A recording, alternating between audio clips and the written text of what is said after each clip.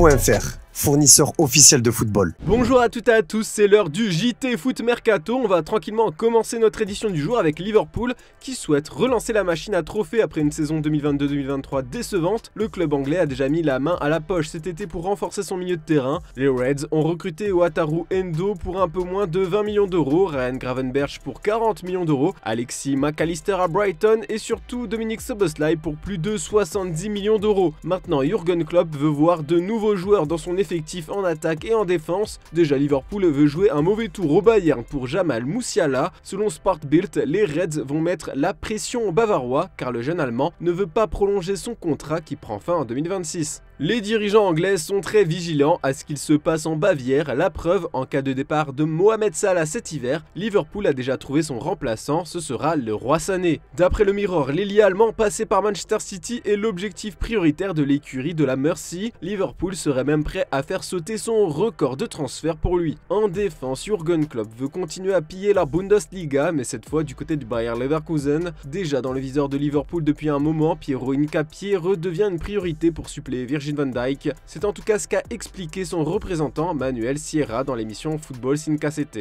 Liverpool s'intéressait à lui, mais à cette époque, il préférait investir dans le milieu de terrain. En janvier, on leur parlera comme on parle aux autres clubs. Les frais de transfert ne seront pas inférieurs à 50 millions d'euros. Et maintenant, direction le Borussia Mönchengladbach où une pépite française a réussi à s'imposer comme un grand milieu du championnat allemand. Manu Koné, de retour de blessure, le droitier à la cote sur le mercato et pourrait être l'objet d'un transfert, surtout que son contrat prend fin en 2025. Selon Bild, le joueur dans le viseur de Liverpool, mais attention, la Juventus et surtout le Bayern sont sur le coup. Enfin, il n'y a pas que sur le terrain qu'il pourrait y avoir du changement, mais aussi sur le banc. En effet, le travail impeccable de Xabi Alonso à la tête du Bayer Leverkusen a tapé dans l'œil de gros clubs européens, dont Liverpool. Même si Jürgen Klopp semble intouchable, son contrat prend fin en 2026, les dirigeants des Reds peuvent réfléchir à un changement d'air à Anfield, surtout si Liverpool n'arrive pas à renouer avec le succès. Comme l'a révélé le journal allemand Bild, Leverkusen et Xabi Alonso se sont mis d'accord sur une clause libératoire qui n'est valable que pour 3 de ses anciens clubs pendant sa période active. Il s'agit du Real Madrid, du Bayern Munich et de Liverpool.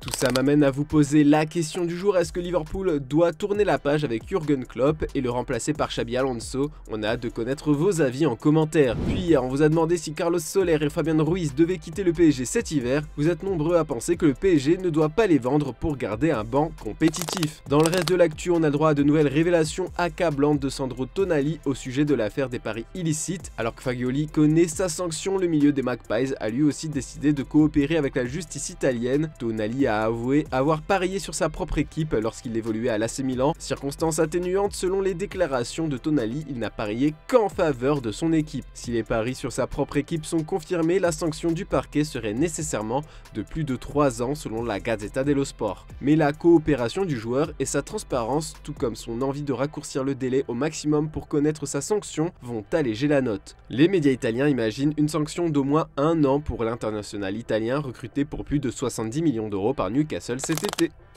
Tant qu'on parle scandale, rappelez-vous, il y a quelques jours, Karim Benzema avait pris position dans le conflit israélo-palestinien en faveur de la population palestinienne. La position de l'attaquant français de 35 ans évoluant à Al Ittihad n'avait pas été acceptée par le ministre de l'Intérieur Gérald Darmanin, qui avait accusé l'ancien joueur du Real Madrid d'être en lien avec les Frères musulmans, une organisation transnationale considérée comme terroriste en France. Sa sortie médiatique a fait réagir en Espagne où Kabenoebe a passé de longues années. Là-bas, on y est choqué des termes employés et on attend plus d'explications de la part de M. Darmanin suite à ces lourdes accusations. L'homme politique n'a pas répondu directement, mais son entourage s'est chargé de le faire au micro de RMC Sport. Depuis plusieurs années, nous constatons une lente dérive des prises de position de Karim Benzema vers un islam dur, rigoriste, caractéristique de l'idéologie frériste, consistant à diffuser les normes islamiques dans différents espaces de la société, notamment dans le sport, a confié le clan Darmanin, qui a pointé du doigt le fait que le joueur a refusé de chanter la Marseillaise lorsqu'il portait le maillot de l'équipe de France ou qu'il fasse visiblement du prosélytisme sur les réseaux sociaux autour du culte musulman. RMC Sport ajoute que la photo que le joueur a pris avec l'imam de Meaux, qui avait fait l'objet d'une perquisition dans le cadre de l'assassinat de Samuel Paty. Ce mercredi, la sénatrice Les Républicains des Bouches-du-Rhône, Valérie Boyer, a pris position contre Karim Benzema. Elle a demandé la déchéance de sa nationalité et le retrait de son ballon d'or. Voici précisément ce qui est écrit.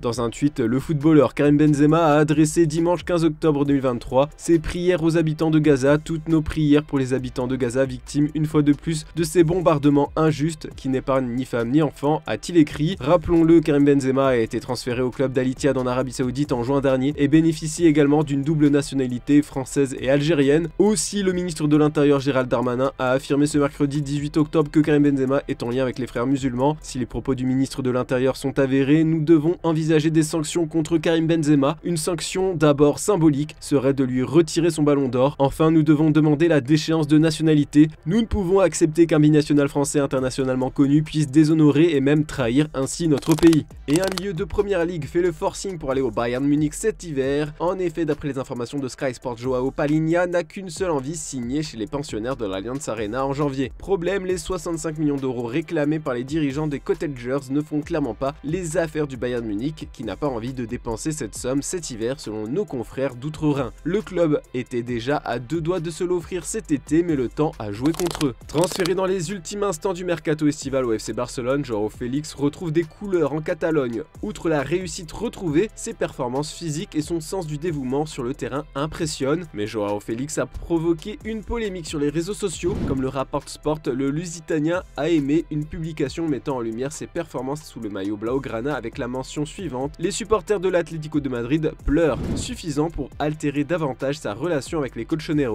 Pour rappel, Félix est toujours un joueur de l'Atlético. Pour l'instant, il n'est que prêté au Barça. Et c'est officiel, l'OGC Nice suspend Youssef Attal après l'ouverture d'une enquête à son encontre pour apologie du terrorisme et provocation publique à la haine ou à la violence à raison d'une religion déterminée. Le club azuréen a décidé de suspendre son joueur jusqu'à nouvel ordre, comme expliqué dans ce communiqué publié à 11 h ce mercredi. Dès son retour de la sélection nationale d'Algérie où il était depuis le 9 octobre, les dirigeants de l'OGC Nice ont convoqué et échangé avec Youssef Attal. L'OGC Nice entend que le joueur a reconnu son erreur en retirant rapidement le partage de la publication et a présenté ses excuses écrites et publiques. Néanmoins, compte tenu de la nature de la publication partagée et de sa gravité, le club a pris la décision de prendre immédiatement des premières sanctions disciplinaires à l'encontre du joueur, préalables à celles qui pourraient être décidées par les instances sportives et judiciaires. À ce titre, le club a décidé de suspendre Youssef Attal jusqu'à nouvel ordre, peut-on ainsi lire sur le site officiel des Aiglons. Maguire en a marre d'être la risée des supporters et pousse un coup de gueule. Présent lors de la belle victoire de l'Angleterre contre l'Italie mardi soir à Wembley, le défenseur anglais a encore été sifflé par certains fans. En zone mixte, il a tapé du poing sur la table et a envoyé un message fort à ses détracteurs, c'est la déclaration du jour. Well, proper England fans don't boo players. Don't boo players who play for your country and dedicate their life to play and do everything they can to make this country have good memories and special moments for them, the fans and the families. So I know a lot of top England fans, and I know the England fans who have been with me ever since I made my debut, and they're right behind me and they're right behind Jordan as well. You heard a lot of cheers, yeah, a few cheers, but they're not England fans. En ce moment, Xabi Alonso est le coach à la mode, tout le monde veut se payer ses services grâce à ses bons résultats avec le Bayer Leverkusen. Quelles sont ses méthodes? Eh bien, le club allemand a partagé quelques images du coach espagnol à l'entraînement. Il fait travailler ses hommes en délivrant lui-même des caviars. Il n'a rien perdu de son pied droit. 6 ans après avoir pris sa retraite, c'est l'image du jour. Je vous laisse mater ça et à demain pour un nouveau JT sur Foot Mercato.